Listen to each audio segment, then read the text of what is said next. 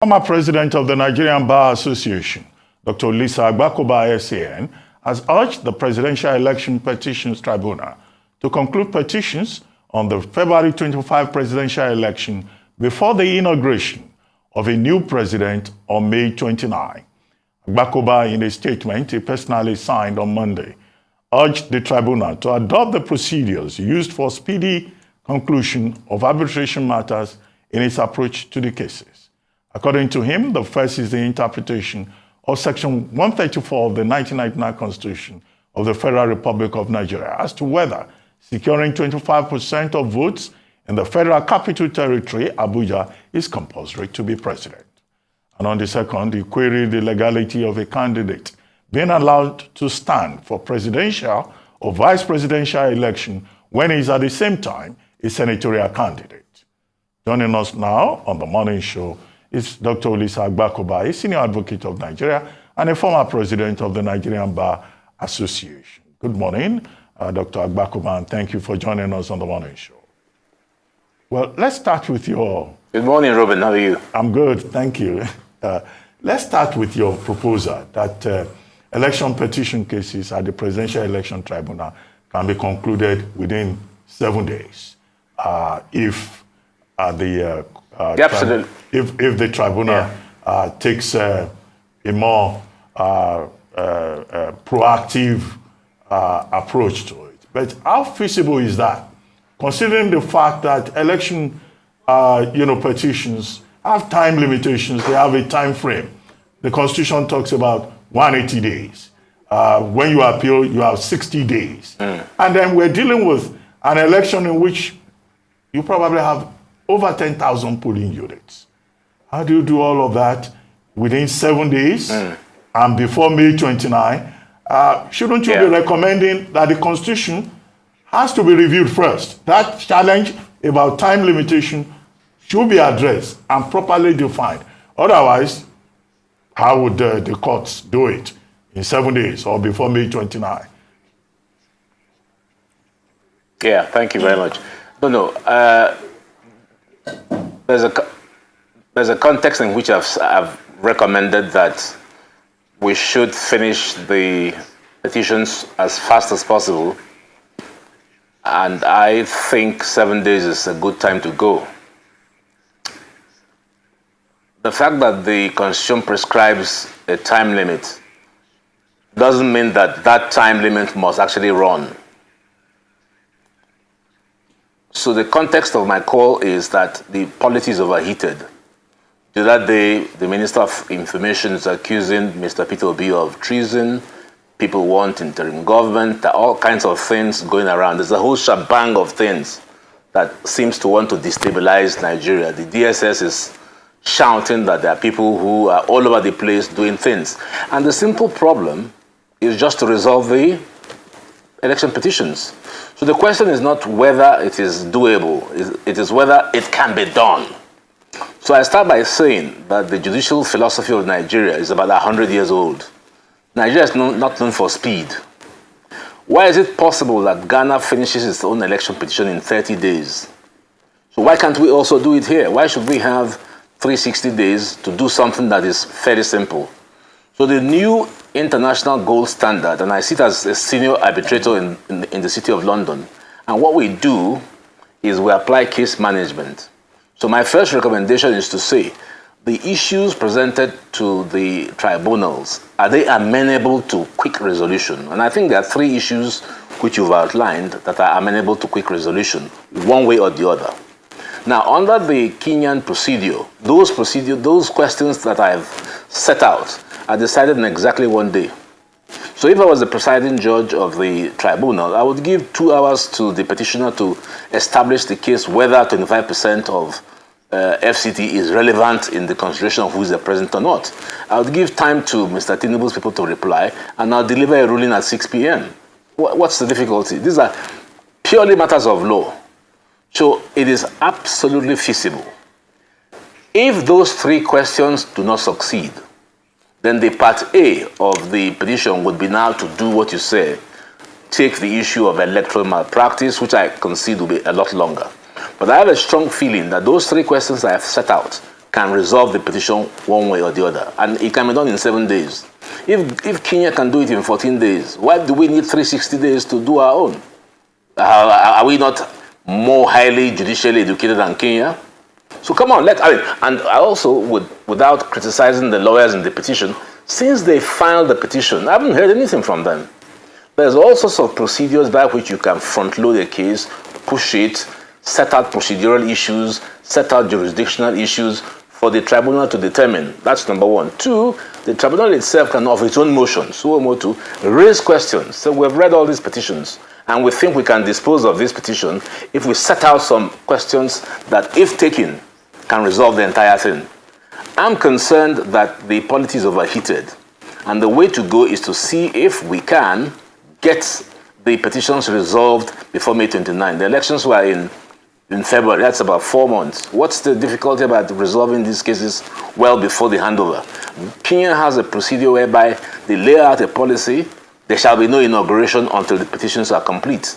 And in the Olisa panel, which I was a member, we set out that procedure. There's a certain unfairness for a petitioner to challenge the president-elect who goes on to get inaugurated. That's what's causing all the problem. So let's give it a go. Let the judiciary give it a go. Let the lawyers in the tribunal give it a go to see whether we cannot accomplish what I've described in my letter.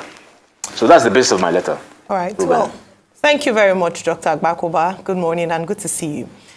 One of the things I'd like to ask you, you've painted a very good picture in terms of how things can work if it's settled as you recommended. However, yes, there are still a few challenges, perhaps. As Dr. Abati cited, 180 days is the time stipulated, and then a further 60 days if you were to appeal the decision of the courts. Now, no. You're sorry to cut you. Yes. Sorry to cut you short. Yes, you are wrong. Okay. Nothing says you must take the 180 days. Nothing says you must take the 180 days. Yes, I said stipulated. Why do you that's suppose the amount that? Of time. Because there's a timeline. No. So I said that's the timeline given. You can go on the first day. Yes, I agree with you. But I said you can go in on the first day. But the applicant has 180 days. That's what I mentioned. But you're recommending that He doesn't. If Peter Obi is pushing his petition and he wants the president-elect not to be inaugurated, why should he wait for 180 days? If he files the petition, he ought to put in applications for a summary judgment. Why must he wait? That's the mistake. Kenya has a 30-day timeline. Nobody waits for the end of the timeline. Once you file your petition, you should be ready to make preemptory strikes. So if I was in the petition, I filed the petition on Monday. On Tuesday, I will file all my papers and request the court to determine certain jurisdictional questions. The fact that I have 180 days doesn't mean I should wait to 179 days to then begin to hustle. Everybody agrees that the politics is overheated. So we need speed. Okay. All right, so that brings me to my question, Dr. Agbakoba. Of the petition. Yes. So that brings me to my question. Despite what you have said in terms of you don't have to wait for the 180 days, you can do it on day one. The petitioner and some actors in this matter have said that they encounter challenges. So the question I was going to pose to you is that what are some of the areas that would prove difficult for this to be actualized? This picture you've painted in terms of 7 days, you can have it sorted. What are some of the challenges? I bring to question, or perhaps ask you the question around the access, for instance, to the back end or CTC of an INEC preventing that access, delays in getting your materials ready for the case. Are these some of the deliberate, perhaps, or not deliberate issues that might come up in making your proposal a reality? Yeah. The point is that in modern judicial case management philosophy, there are steps you take to arrive at a conclusion. So step one would mean that if the decision of the tribunal states that 25% of FCT is not required, that point fails. If the tribunal says that 25% of FCT is required, then the petition succeeds. Now, so as you go up the steps, you will come to the point where the most difficult question will be posed, which is electoral irregularity. Mr. Robert Clark was on your program yesterday, and he gave a description of how petitions work. Petitions work on two levels. The first one is the technical level All the 3 points I laid out, they are jurisdictional. They don't need any facts. You don't need a single documentation from INEC, because on the facts, Mr. Tinubu did not win 25% in Abuja. So you don't need any access from INEC. It's stated in the petition. So the question is a legal question. What is the consequence of Mr. Tinubu not getting 25% in Abuja? Is it fatal or is it not fatal? You don't need any recourse to INEC for any documentation. If the question is answered in the negative, Tinubu goes through. If it's answered in the positive, Tinubu loses. You go to the next question. What is the consequence of Mr. Tinubu's vice presidential candidate being on the ballot of senatorial? Is it fatal in view of Section 35 of the Constitution, one way or the other? And so on and so forth. So you exhaust the jurisdictional and procedural questions. If all those questions succeed, then you are within the time to dismiss the petition or allow it. Now, the more difficult one is if the procedural and jurisdictional points do not succeed. Then we're bogged down by the electoral irregularities, and I agree here that access to documentation will be necessary. But to sit down and do nothing, I haven't heard a thing from the courts, I haven't heard a thing from the legal team, is the point that I'm saying is irritating. And the polity is overheated. That day, Mr. Lai Mohammed was in the UK, in the US, shouting treason. Mr. Tinubu, Mr. Peter Obi is here, making his own war. Well, we can resolve all this and have peace if the petition is decided one way or the other on technical points. If it fails, and I take the point that it's possible that it will fail, then we go to step 2, which is evidential hearings. Well, you recently expressed doubt about the capacity, or maybe we use a milder word, the ability of our courts to deliver untainted justice, and hence the reference to the Ahmad Lawan case. Now, look also at the lawyers. They wait till the last day, the very last day before they file petitions. So don't we have a problem of capacity here and also integrity? What people can do, once upon a time in this country, election petitions used to take 3 years. Even the 180 days outer limit now is an improvement. And now you are saying, oh, you can do this thing in 7 days. Would that not subvert the objective of justice? The speed. So long as you deliver a good decision, if you give a man an opportunity to say, you are saying that Mr. Tinubu should not be president on the basis that he didn't win this. Tell me why. Do you need 20 days to do that? You don't need 20 days. It's a legal question whether "and" in Section 134 is contiguous or not. It's very simple. A bench ruling can be given on that. I've done big arbitrations in the City of London and decided the point in 3 hours. So there's nothing that, you see, the problem is our judicial philosophy. I'm just looking at the Kenyan one. It says here, sustaining judiciary transformation. That's the Kenyan one. Sustaining judiciary transformation. How can this country, the so-called giant of Africa, run a judicial system that is 100 years old? That's the problem. The NJC is not doing anything to create a new... Yes? You know, I get that point about best practices, about gold standard and all of that. But this Section 134, yes, you have referred to it about twice now as one of the questions to be addressed. Now, you raised the issue in January when you wrote a letter to INEC asking INEC for a possible interpretation of Section 134. Well, I would like to know whether you got a reply. And then as a senior advocate of Nigeria, what's your own opinion, which you have not documented, about the interpretation of that Section 134, sub 2 in particular? Well, I did a letter to INEC, and if they had answered me, maybe you wouldn't have been in this log jam. But I had an interview. They didn't reply, by the way. But I had, the closest they came to reply was an interview I did on TVC with my good friend Festus Okoye. And he admitted that it was an issue that required to be resolved. And I was surprised that they did nothing. My own view is that Section 134 applied literally, because the rules of interpretation say, if you read something and it's so clear to you, then you don't need to interpret it. The thing says you must win a quarter of the votes in 2/3 of 36 states. And So what do you want to say? The answer is obvious. So the presidential candidate does not have to get 25% in FCT. Otherwise, it will amount to an absurdity. If he already has 25% in, say, about 28 states. No, I didn't say that. I said no, I want you to break it down. 25%. I want you to break it down in a way that the ordinary man... I've just broken it down. No, let's apply I've just broken it down. Ruben, I've broken it down. You want to put words in my mouth, which I won't accept. It's so simple. You get a quarter of the votes in 25%, in a quarter of the votes in 2/3 of 36 states. That is what the law says, which is 24. So that's one part of it. It goes on to say, and. What does that mean? And the FCT. So as far as I'm concerned, you must also win 25% in the FCT. But that's not for me to say because I'll be judging what is before the tribunal. So we think the tribunal can answer this question quite easily in 1 hour. That's my point. Quite easily. All right. It's not a difficult question to resolve. All right.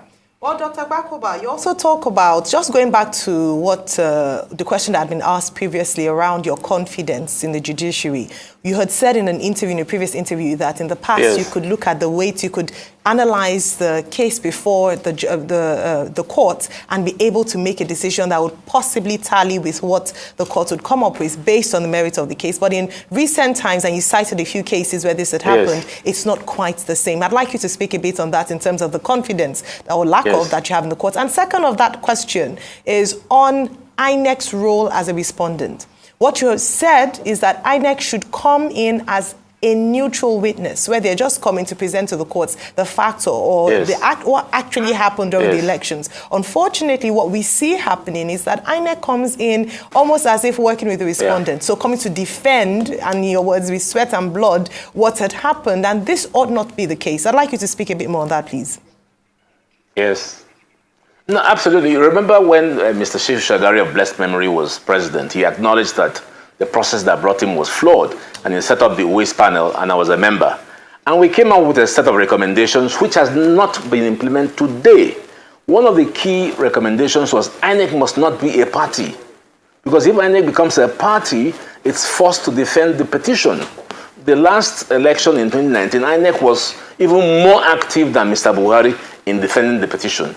The only role for INEC is to say to the tribunal, these are the results, these are the documents we used, and the court will assess it. So I'm of the strong opinion that INEC ought not to be a party at all. So now INEC is a party, and therefore it is hiding documents, because it has an interest to say that the elections were conducted properly. So I hope that the lesson from all this really is that the 10th Assembly will inaugurate all the legislative recommendations we made under OAS in 2007. It's time to demystify election petitions. Election petitions are not difficult. I've handled a lot more difficult and complex financial cases in the City of London. So what is the issue about determining whether Section 35 states that if you are a vice presidential candidate on a party's platform, you couldn't be a senatorial candidate at the same time? Is there any difficulty in that? It's simple English. That would take me 2 minutes to decide. So I still reiterate, 7 days is enough time to go through the Court of Appeal at first instance and the Supreme Court. The only place where there might be a difficulty is if the questions I set out fail. And there's a strong possibility that they might fail. So we'll now go to part B of the case management issue, which is Peter Obi and other petitioners will now have to prove the irregularities set out in the petition. That would be a long time. And I guess that's why there's the 180-day timeline. But before we get to the 180-day timeline and part B of the petition, what about part A? And I think the overall concept is Nigeria needs to cool down. The whole place is overheated, mainly because of petitions. So the judicial philosophy behind this thing should be that the courts must be proactive. Proactive. And let me repeat again. Since the petitions have been filed, not a statement has come from the courts. And that's unfortunate. Courts ought to set practice directions to say, we can see what's going on in Nigeria. As a result, we set these questions down. we hereby issue procedural order number 1 and set out these questions and invite counsel on both sides to address us. And once we hear the addresses, the judgment will be delivered the following day, one way or the other. Why can't they do that? Well, that's my simple point. Why can't they do that? I would like to know. Well, 2 good things. One, you alluded to the statement made by Alhaji Lai Mohammed, Minister of Information and Culture. Yes. To the effect that Mr. Peter Obi and his running mate, Dati Baba Ahmed, have made statements that could make them liable for treasonable felony. And then the second thing, yes. The second thing will be what you think of all this general talk about interim national government and the DSS coming forward to say, well, that's a taboo subject because it will amount to subversion. Yes. Yes. Yeah, but you see, the problem is because there's a strong feeling that Mr. Tinubu will be sworn in and the petitions are running. And there's that feeling, but if the man is sworn in, then what are we doing in the courts? That's the problem. And that's why I say, let's get these petitions resolved. I don't agree with Mr. Lai Mohammed that what Mr. Obi is saying is treason. I don't agree. But if we go below what the problem is, it's to do with the fact that Mr. Tinubu is likely to be sworn in on 29th of May 2023, whilst the petitions are not even heard. So why don't we try, even if we fail? Suppose my theory of 7 days doesn't work, but let us try now. Let's try to see if we can get it going. And if we get it going, that is a plus for everybody. Why must we be in this continuous political, quagmire of everywhere is in confusion? I really would urge the tribunal and legal team on both sides to do their possible best to push this case to the possible limit where we can see if there can be a conclusion before the swearing in. But clearly, I have said that I do not believe, and the Constitution does not recognize anything like an interim government. It's a total contraption. So as it stands now, Mr. Ahmed Bola Tinubu is the president-elect, whether we like it or not. And he's going to be sworn in on May 29th, whether we like it or not. Many guys are going to be unhappy because they will say we have petitions. So in order to balance out justice, could we please get these petitions, if they can be resolved before that date, so everybody is happy? If Peter B loses, then he goes home and knows he's lost. But why hang the thing? I can understand Peter B's concern and Dati Mohammed's outburst if Mr. Tinubu is being sworn in at Eagle Square and the petition is hanging in the Court of Appeal. That doesn't sound too right to me. So where we strike the balance is to give our best possible shot to finish the petitions. Let us at least try. There's no point all sitting down and saying, can it be done? Let's try to see if it can be done. All right. Well, thank you so much. I'm glad that you talk about and you push a strong case for the fact that it can be done, even though it's never been done in Nigeria, but doesn't rule out the possibility that it can be done. But I asked the question earlier, and I'd like you to revisit it if possible. Bearing in mind all the things you said, why is it then not an option to take? Why is it taking so long? As you mentioned, the courts haven't yet responded, at least until now, to the petition submitted by both Mr. Peter Obi and Alhaji Atiku, because a number of parties did submit their petitions. What is stopping judiciary? What is the barrier? Why can't we achieve this? What are the issues? I know we've talked about, justice being served, not to subvert justice, but what are the bigger issues beyond just a will to make this happen? Look, I sat on the NJC, the National Judicial Council, for almost 4 years, and I found the place toughy and very conservative. And I pushed the case all the time that the National Judicial Council ought to do a lot more than it is doing. And that's the problem. We need to modernize the justice sector delivery process. I've got a case in court, even though I'm former president of the Nigerian Bar Association. It has sat in the High Court for 12 years. 12 years. Some cases take 20 years. There's something wrong. The confidence in the judiciary, which I expressed at an interview, I think, with Channels, is the fact that people say if you go to court, you don't get any decision. You just sit down there. So isn't it time that the National Judicial Council can say, look, no, there's something wrong here. We need to shake things up. And that's what Ghana did, and that's what Kenya did. Kenya, how is it possible that Kenya can finish down in one day? And we can't. We have more judges than Kenya. We had our judges out in Kenya training people, sitting on their high courts. So why can't we do it? We're not doing it because of lethargy. That's all. There's no other reason. The elections were on 25th of February, 25th February to March 25th. This is going a month and a half. Nothing. That beggars belief, as far as I'm concerned. Beggars belief. So I appeal to our legal system to shake the entire thing up. I've been at this thing of reform of the judiciary for the last 25 years, and I've only seen two judges, two CJNs that I am proud to say were very vocal. The first was Mr. Justice Belgore. You know, remember when OBJ was going around the whole place doing impeachments? I, as NBA president, and Belgore CJN stopped it. We absolutely stopped it. So we won't have this nonsense. We issued practice directions and it stopped. The other one was when Mr. Justice Dahiru Mustafa was the CJ of Nigeria. But unfortunately for him, he only stayed 6 months. He came out, I was a consultant, he came out with a radical set of new rules, which if had been implemented, wouldn't be in this morass we are in. So please, can the NJC give some bite to the judicial process so that there can be confidence? Because confidence in the judiciary, as a result of the slow snail pace of cases, is affecting the public confidence of people to go to take their cases decided. And that's what's happening in Nigeria. People have filed a petition. Nothing has happened since it was filed. And the NJC is sitting down there, and the electoral tribunal is sitting down there not saying a word. I don't think that's right. Well, maybe some people will even add that the starting point is probably a reform of the NJC itself. But this conversation has been absolutely this conversation has been about the election petitions at the presidential level. Will you make the same argument at the state level?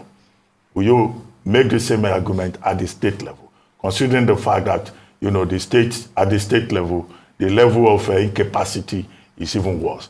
And I ask you, is anybody listening this time around? Is anybody listening this time around? Yeah. That's the problem, Ruben. No one's listening. That's the problem. Nobody's listening. I pushed this thing about judicial reform for 30 years. Nobody is listening. But could we please get our people to listen? That's why our democracy is fragile. Okay, if we say that... I think I've lost you. Okay, can you hear me now? Hello? Yeah, I can hear you. Okay. If this is where we have found ourselves. Yeah, I can hear you. If this is where we have found ourselves, the people resisting ideas and all of that, well, it means, as you pointed out, that by May 29, we will have a presidential inauguration. Now, you talked in the past about the ideal president for Nigeria will be a president that can deliver hope. Now the president-elect on the platform of the APC is talking about restoration of hope. Do you think that Bola Ahmed Tinubu would fit into that picture, your picture of an ideal president? I don't know. I hope. I just pray. I mean, what I think, personally, I'm apolitical. So whoever gets in there, I'm interested in Nigeria turning around. So I would hope that if Mr. Tinubu gets in and is done with all the petition, or Mr. Peter Obi, or whoever, I'm not sure. Look, you know the point. I'm not sure Nigerians really care who is the president. Nigerians are interested in what Fayose, famously described as stomach democracy, or OBJ described as dividends of democracy. So I would urge whoever finally gets to be confirmed Nigerian president to just do right by Nigerians. And if Mr. Tinubu can do so, welcome. If it is Peter Obi, Nigerians are just tired. They aren't interested in who is there particularly. They're interested in how development can come, how the healthcare system can be turned around, how you can create jobs, how you can push back on employment, how you can increase the debt to revenue profile, how you can make Nigeria a country where we feel blessed and we don't have people, running away. Nigeria has the potential to be a great country, but we need leadership. So if Tinubu can bring it, fine. If Mr. Peter Obi can bring it, fine. I have no political preferences. My only concern is that Nigeria ought to be a great country. And I think it can be a great country. All right, but it's losing the ability to be a great country. That's the problem. Okay, so I must touch on this interim government. I know you talked about the fact that what Alhaji Lai Mohammed had said with regards to Mr. Peter Obi is largely unfounded in terms of it being treasonable. But you have spoken about this DSS's talk about some people, no names mentioned, trying to find a way towards an interim government. And you talk about there being no constitutional provision for one. In the 1999 Constitution, there is no provision for an interim government. However, this term has been bandied a lot in the last few weeks. In fact, perhaps even before the elections, you know, here and there, that if this doesn't happen, there'll be an interim government. Yeah. What should the government be doing? They haven't released names, you know, as to who is. They said it's going to be through protests, unrest, making, you know, the nation ungovernable, and then going to an interim government before a swearing-in can happen. What's your take on this? If there's no provision for it in the Constitution, who are the people clamoring for it? How will this? How do they hope to go about doing this? And how can this be nipped in the bud? Yeah, see, but that's the whole essence of what I've been saying. The problem is what we call in logic cause and effect. The cause of all this cry for an interim government and the response by Lai Mohammed and the DSS is because they want Mr. Tinubu to be inaugurated by May 29, irrespective of the decision of the tribunal. The other guys don't want because they think it's unfair. That's the real problem. That's the real problem. So I'm not really concerned with, you know, the call for interim government, which I think is, you know, is unconstitutional. My concern is I've identified the problem as if I were a medical doctor. And I can see that if we really resolve the petition, then the issue of, okay, look, if the petition comes down on a decision on 23rd of May, then we have no problem because 29th of May is ahead. So let us say Mr. B loses. Then Mr. Tinubu can then go on peacefully to be inaugurated. There will be no call, oh, you are getting inaugurated, but you have still got a case in the courts. So the real issue would be, let us all put our energy to resolve the petition. If we resolve the petition, all the questions you ask about interim government, DSS, the slander, the issue of treason will disappear. So my central concern is, can we please finish this petition in good time so that the president who takes over on May 29 will have peace of mind and no distractions to face the huge problem. The incoming president will face a terribly, defectively broke country of almost 80 trillion naira. That's going to be a huge, huge obstacle. And then if you put the wahala of, is his presidency legitimate, that will make it very unstable for him. So let me go back again and repeat. Can we please get these petitions away so that whoever is the president can focus on giving us a brilliant and good and developed Nigeria with an agenda that I've read all the agendas. Peter Obi's agenda is brilliant. Mr. Tinubu's agenda is brilliant. Whether they can implement is a different thing. But I don't want them to come with the problem of uncertainty around Nigeria, interim government and all that. That can be resolved. And that's the reason that I have so strongly emphasized, let us try and get this petition away from the equation. Kenya can do theirs in 14 days. Why do we need 360 days to do ours? Can you think of that? Is that not ridiculous? Small Kenya, okay, yeah, you can say Kenya is a small country, so they don't have the mass of materials that we have. But let's try. What stirs my soul is we just sit down helplessly and do nothing. Let's give it our best shot. If we fail, we know we've done our best. But just to sit down and no one is saying anything, the courts are saying nothing, the legal advisors are saying nothing, and we're all here moaning. Every day we hear something new, interim government, treason. No, come on, let's give it a shot. That's my point. Alhaji Lai Mohammed in the US yesterday was telling his audience that his mission was to balance the narrative. And he told his audience that this 2023 general election that we have had has been the best election ever conducted in Nigeria, the most authentic, fairest, the most credible, and that BVAS was a game changer with about 97% service delivery. And then he pointed out that Mr. Peter Obi has nothing to say, that he came third in the election, and that how can somebody who came third, who did not even satisfy the condition in Section 135, be claiming that his mandate has been taken away from him. So it will look like, I mean, according to that, Mr. Lai Mohammed, it's better to just talk about maybe Asiwaju Tinubu and then Atiku Abubakar of the PDP, and that Labour Party has no case whatsoever.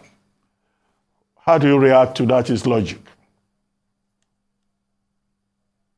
Well, let me just even push back on a few things I said, because being a lawyer and former NBA president, I have to be careful that I'm speaking live, people are listening to me, while there's an active petition. So I think I would sort of like to push back on, let's allow the, what do you call it, the petition deciders, the election petition tribunal, resolve some of these issues. Let's not, we can express opinions, but I would rather prefer that the judicial process be the ultimate decider so that we don't go prejudicing and speaking out of turn. But having said that, I think that neither Mr. Tinubu nor Lai Mohammed can really quarrel with Peter Obi's complaint that the elections were not properly run. And in fairness to Mr. Tinubu, he didn't conduct the election, so I don't hold anything against him. Mr. Tinubu did not do anything wrong in becoming the president-elect, because the election was done by a supposedly neutral third party. So I'm not sure that Mr. Tinubu or Mr. Lai Mohammed needs to get into the fray, because they didn't conduct it. They're not the electoral management body. It's Peter Obi's accusation or complaint goes to INEC. But if you were to ask my view, and I've been in election petitions for a long time, this is one of the worst election petitions ever conducted. I say this for a number of reasons. First, if you listen to the chairman of the electoral management body, the INEC, he made clear to us ad nauseum, BVAS is the magic. Now it turns out that BVAS wasn't the magic. And I had the unfortunate displeasure of actually checking what exactly is BVAS in the law. And I was shocked that actually BVAS is not what we thought was represented to us by the National Assembly in the enactment of the Electoral Act 2023. To summarize, BVAS is no more than a tool to accredit a voter. So I suspect, without saying that is the way it will go, but I suspect that BVAS is not going to be as important in the petitions as we think, because the Osun Court of Appeal decision did not accept the argument by the appellant that the BVAS is the magic vote that determines overvoting. The court wanted to see a link to the original old ballot papers. In other words, the presidential polling units become important. And I was taken aback by that. So when I studied it, I found out that actually INEC has the legal authority to present results either through the normal paper way and the BVAS. So there will be no real change. No real change. So I hope that in the next round of amendments, we should really be very clear. What exactly is electronic voting? Number one, what is the consequence for not following electronic voting? The only consequence now is a criminal charge of 500,000 naira. So there's still a lot to go in stating how we can get to the gold standard of our electoral process. Well, thank you very much, Dr. Olisa Agbakoba, for joining us on the morning show today.